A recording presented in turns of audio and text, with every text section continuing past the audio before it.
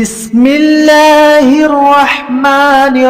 الرحيم ياسين والقرآن الحكيم إنك لمن المرسلين على صراط مستقيم تنزيل العزيز الرحيم لتنذر قوما ما أنذر آباؤهم فهم غافلون لقد حق القول على أكثرهم فهم لا يؤمنون إنا جعلنا في أعناقهم أغلالا فهي إلى الأذقان فهم مقمحون وجعلنا من بين أيديهم سدا ومن خلفهم سدا فأغشيناهم فهم لا يبصرون وسواء عليهم أنذرتهم أم لم تنذرهم لا يؤمنون إنما تنذر من اتبع الذكر وخشي الرحمن بالغيب فبشره بمغفرة وأجر كريم إنا نحن نحيي الموتى ونكتب ما قدموا وآثارهم وكل شيء أحصيناه في إمام مبين واضرب لهم مثلا أصحاب القرية إذ جاءها المرسلون إذ أرسلنا إليهم اثنين فكذبوهما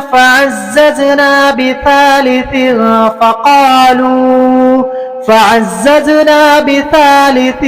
فقالوا إنا إليكم مرسلون قالوا ما أنتم إلا بشر مثلنا وما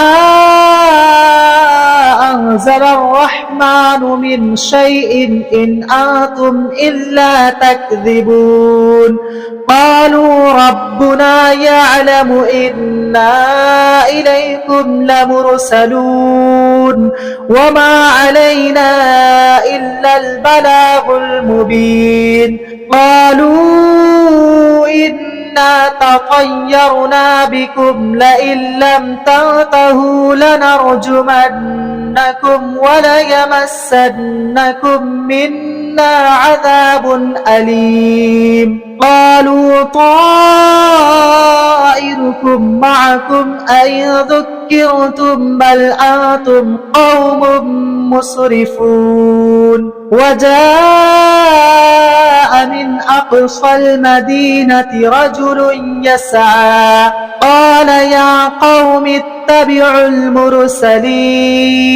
اتبعوا من لا يسألكم أجرا وهم مهتدون وما لي لا أعبد الذي فطرني وإليه ترجعون أتخذ من دونه آلهة إن يردني الرحمن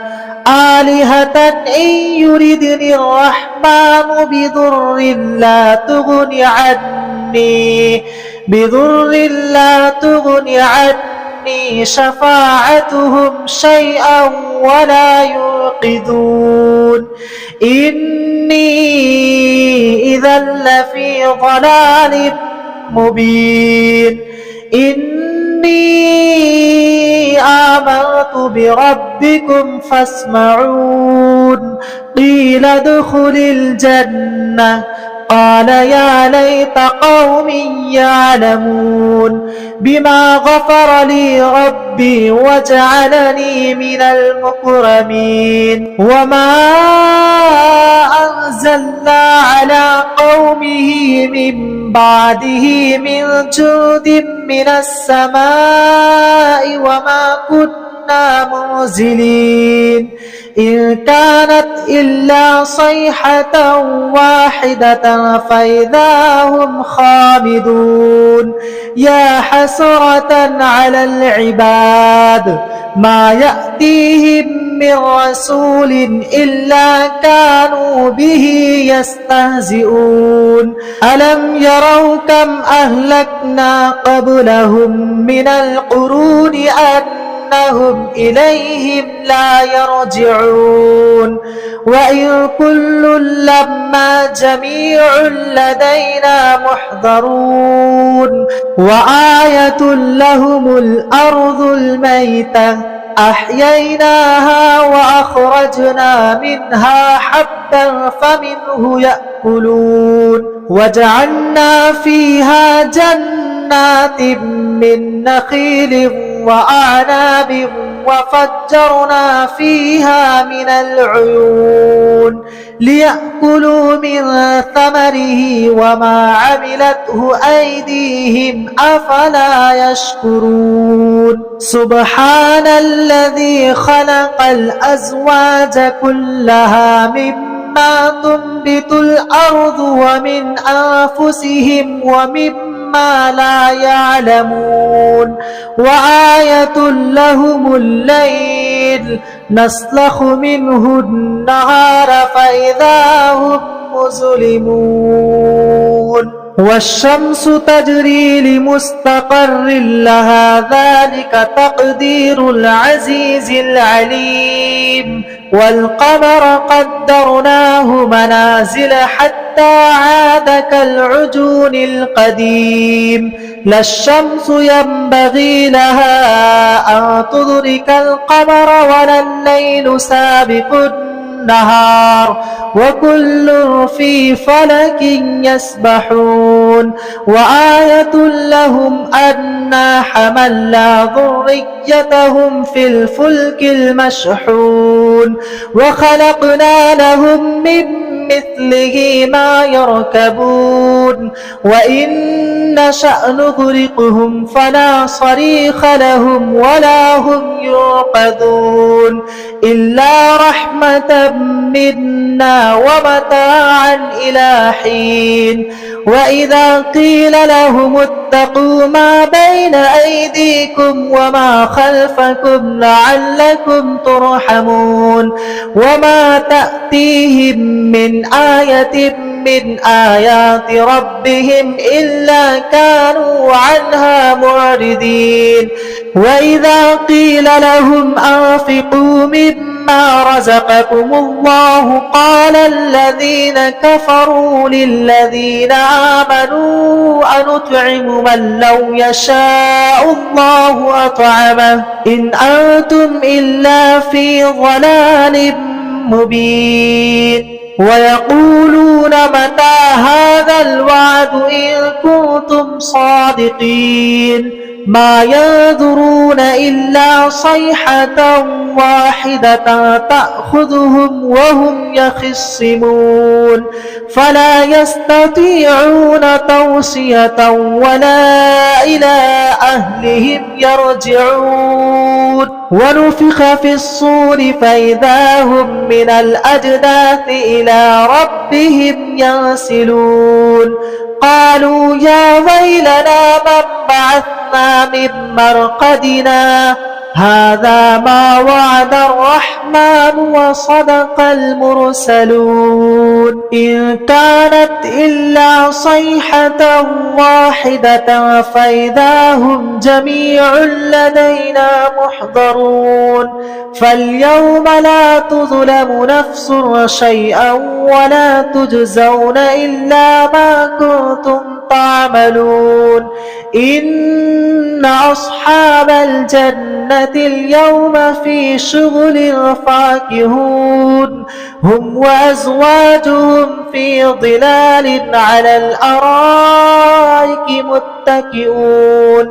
لهم فيها فاكهة ولهم ما يدعون سلام قولا من رب رحيم وامتازوا أيها المجرمون ألم عاهد إليكم يا بني آدم ألا تعبدوا الشيطان إنه لكم عدو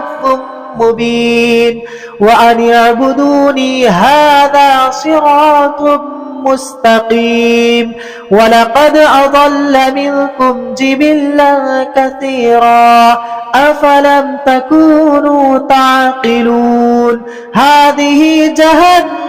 التي كنتم توعدون اصلوها اليوم بما كنتم تكفرون اليوم نختم على أفواههم وتكلمنا أيديهم وتشهد أرجلهم بما كانوا يكسبون ولو نشاء لطمسنا على أعينهم فاستبقوا الصراط فأنى يبصرون ولو نشاء لمسخناهم على مكانتهم فما استطاعوا مضيا ولا يرجعون ومن نعمره ننكسه في الخلق أفلا يعقلون وما علمناه الشعر وما ينبغي له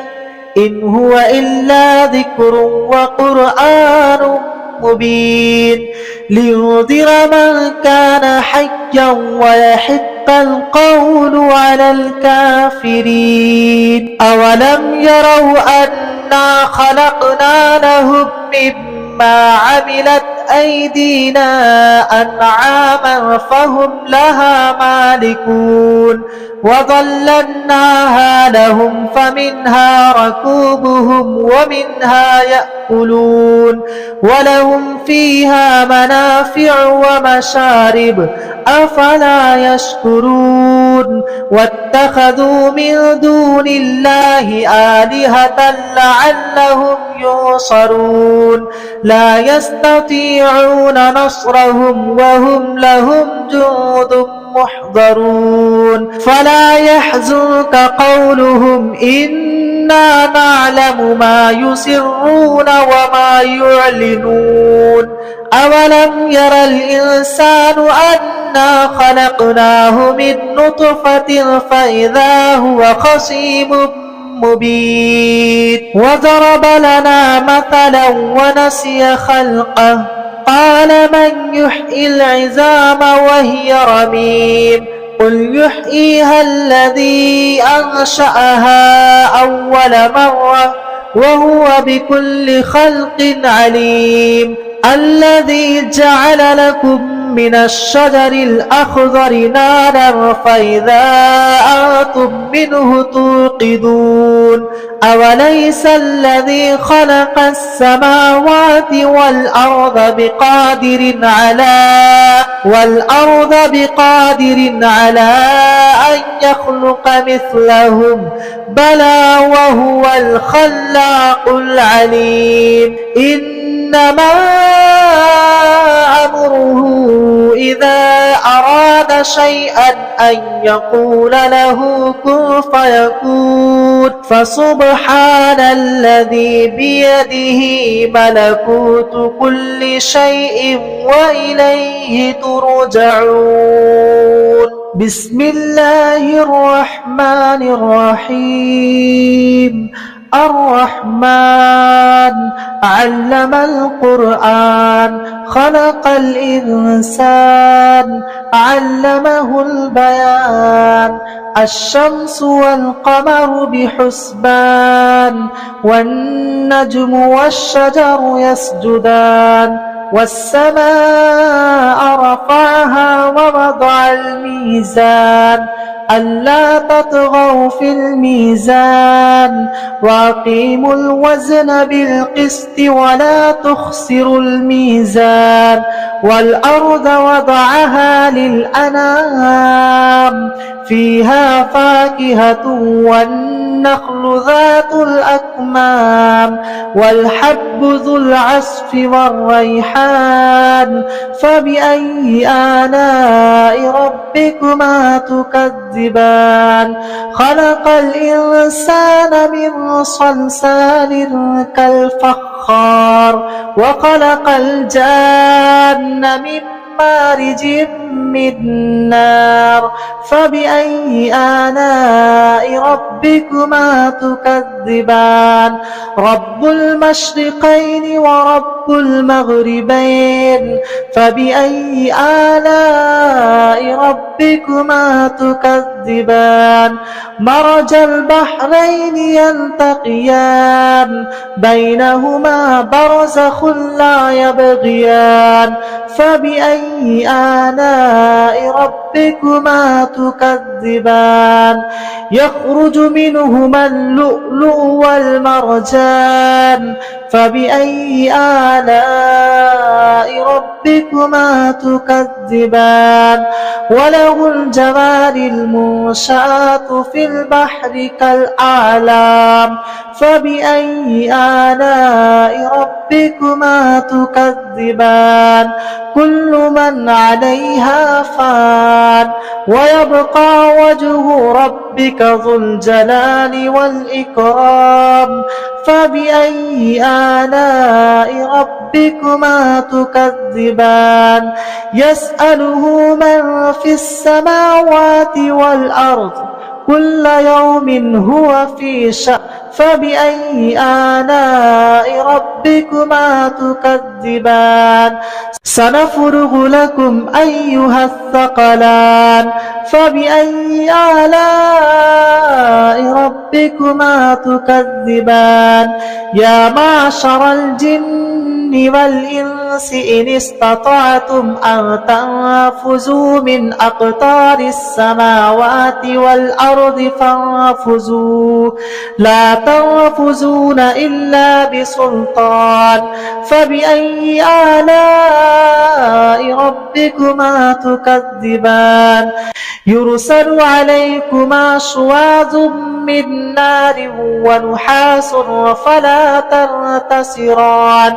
فبأي آلاء ربكما تكذبان فإذا انشقت السماء فكانت وردة كالدهان فبأي آلاء ربكما تكذبان فيومئذ لا يسأل عن ذنبه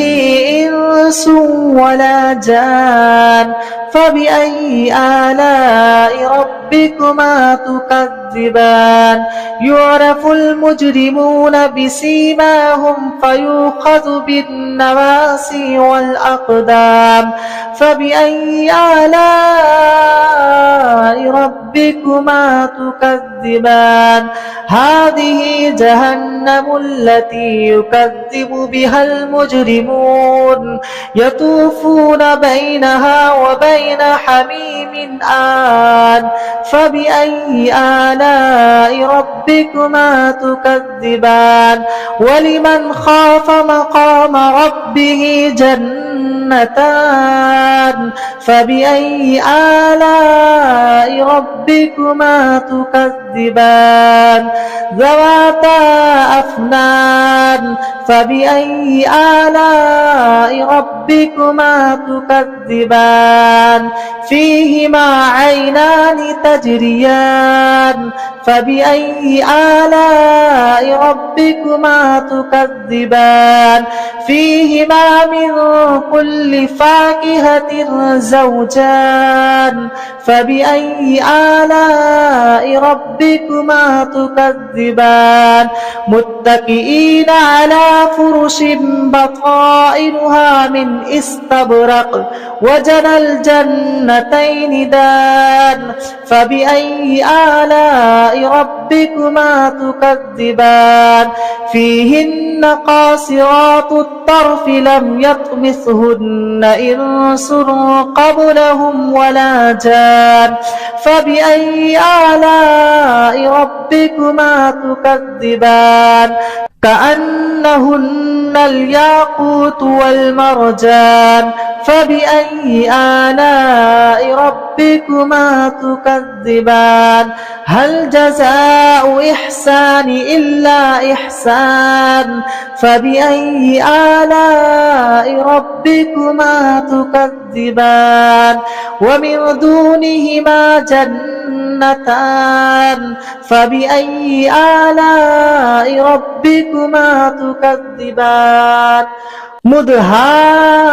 مدهامتان فبأي آلاء ربكما تكذبان فيهما عينان نضاختان فبأي آلاء ربكما تكذبان فيهما فاكهة ونخل ورمان فبأي آلاء ربكما تكذبان فيهن خيرات حسان فبأي آلاء ربكما تكذبان حور مقصورات في الخيام فبأي آلاء ربكما تكذبان